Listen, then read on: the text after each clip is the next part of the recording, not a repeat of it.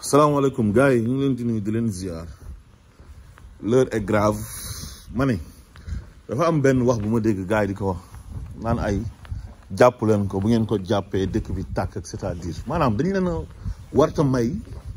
ñu koy teg loxo dañoo war a taxaw takku xaar leen ne leen fii kenn du ko fi téye lu mu laaj ñu def ko lu mu leen jaral nañu jaral lu ko ëpp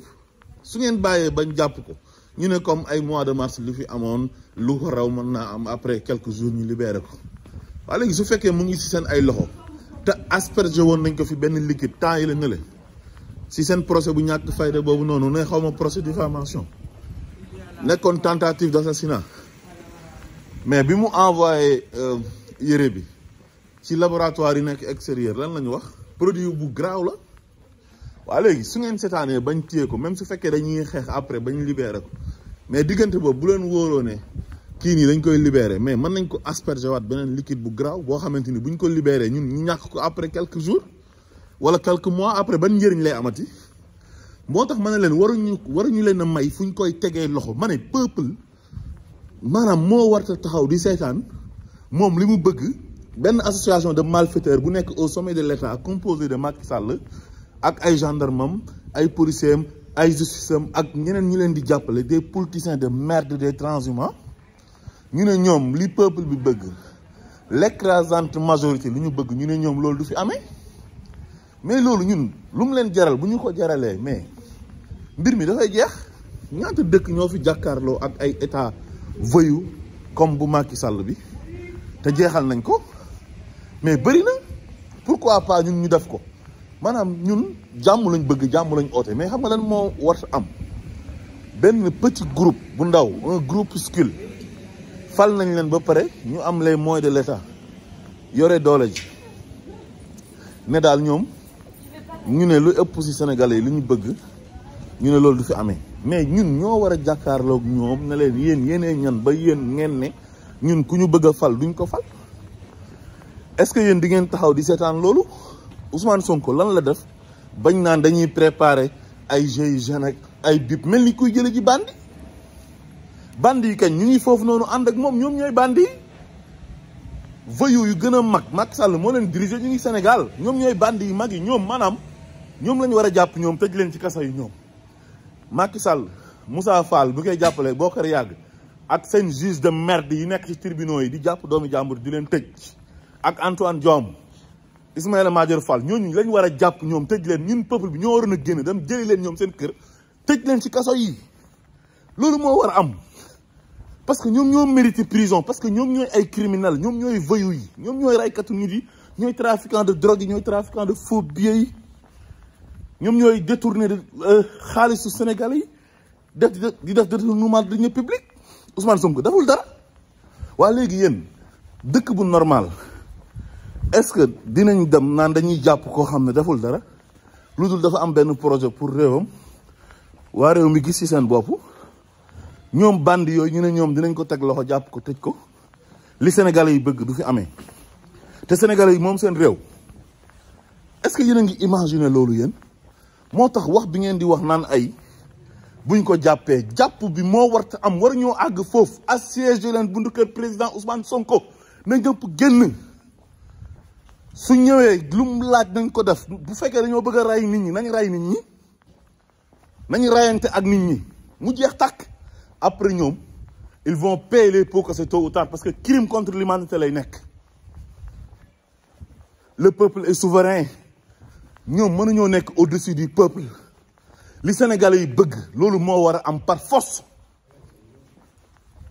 taxaw leen buntu kër Ousmane Sonko assiégé leen ko buñ ñëwee di ko jël si ngeen ku fi dugg ñu waaye ngeen jaar fu ñaaw yor nañ ay armes bu ñu tiiree ci kaw peuple bi bu ñu leen rayee billahi wallahi wa tallahi CPI la ñuy mujjee cour pénale internationale lu leer laa leen wax teguñ ko fenn ci ay caaxaan lañ nekk ay dossiers yi lañ créé yoo xamante ni ay fen la utiliser doomi jàmbur jël seen ay doom làq leen jël doomi jàmbur def ko une arme sexuelle contre un adversaire politique est-ce que yéen di ngeen ko nangu Sénégal dafa am yoon mais dëkk bu amul yoon mais dafa laaj yéen ngeen taxaw jàmmaarloog bandi yooyu saay-saay ñun ay bandi lañ magistrat yu baax yi nekkuñ ci instance ñuy dogalee ay bandi yu mel ni moom la jël teg leen police teg leen gendarmerie teg leen ci cour des tribunaux yi ñuy acharné wu ci kaw nit ñi di leen jàpp di leen tëj di def ay répression ay nit ñu deful dara mais 400 et quelques personnes yu ñu jàpp te ñu nekk ci Pastef dama leen di laaj ak partisans wu Ousmane Sonko ak sympathisants yu ñu jàpp ñi instant bi ñii ñu leen di jiiñ ay terroristes ñii ñu leen di jiiñ ay forces spéciales ñii ñu leen di jiiñ ay rebelles lan lañ def laa leen di laaj loolu yëpp du ci dara du ci dëgg ay fen la ay appel à l'insurrection ay diffusion de fausses nouvelles seen ay baat la ñuy créer yoo xam ne dara du ci dëgg ay fen la ma ne voyou yii nii nga xam ne Macky Sall moo leen jiite mënuñu ñoo ëpp doole ñun le peuple lii bu ñu bëggee mu jeex day jeex Sénégal yi Ousmane Sonko lañ bëgg moom lañ bëgg a fal te dañ kaa war a fal par force Macky Sall waruñ ñoo tànnal ñun ku ñu war a jiite ñun lu mu ko jaral nañu jaral lu ko ëpp gaay loolu mooy wax ji baat bu may bañ a dégg mooy buñ ko jàppee buñ ko xasee ba jàpp bu leen wóoree ni bu nit ñi manifester ñu bàyyi ko mais mën nañ ko asperger waat leneen loo xamante ni quelques mois ñu ñàkk ko wala bu dawee 1 an dee ñaata nit lañ fi empoisonné fii nii waruñoo Ousmane Sonko waratu la nekk ci loxoy bandi yi Macky Sall di yónni bandi Moussa Fall yeeg bandi Bocar Yague yi waratu la nekk ci seen loxo parce que waa ji am na ay milices yu nekk biir Sénégal am ay mercenaires maanaam moom nee na Ousmane Sonko remplacé ko jaral na ko lu nekk jaral na ko sax dee mais nañu jaral ñun lu ko ëpp ñun parce que moom moomu réew mi bàyyam moomu réew mi ndayam moomu réew mi doon na ko ci ay maamam lépp lu mu ko jaral ba mu ne dina éliminer Ousmane Sonko jiite ñu par force te bëggatuñ ko moo groupam bu ndaw boobu mais nañu jaral lu ko ëpp ñun